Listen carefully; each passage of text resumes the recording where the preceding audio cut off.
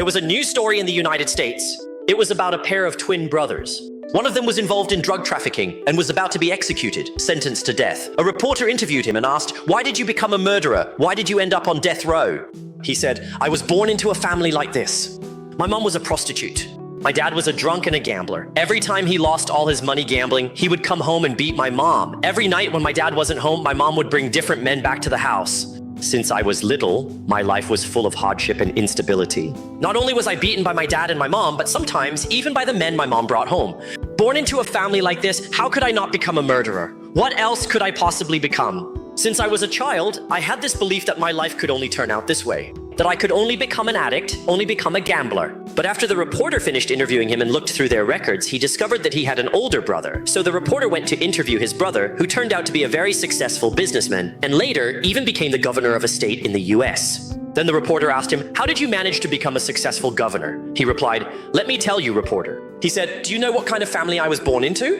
My dad was a gambler and a drunk. My mom was a prostitute. Every time my dad lost money gambling, he would beat me, and my mom brought different men home every day. Not only did my dad beat me, my mom beat me too, and even the men she brought home would beat me. I was born into a family like this. If I didn't become governor, did I have any other path to choose? I had to succeed. Ever since I was a child, I held on to one belief. I never wanted to live that kind of life again. I was determined to move into a wealthy community. Do you understand what I mean? These days, a lot of people say that your family of origin determines your future. But actually, that's not the case. It's that your family of origin leads you to form different beliefs. It's those beliefs that create different futures.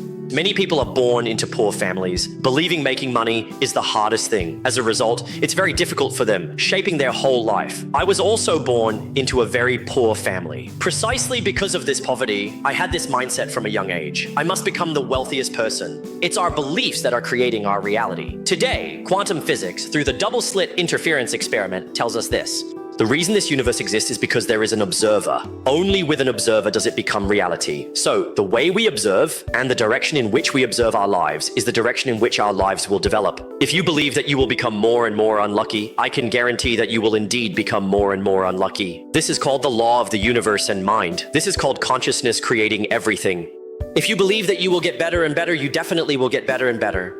Since believing in bad luck brings bad luck and believing in good brings good, then why don't we just believe in the good?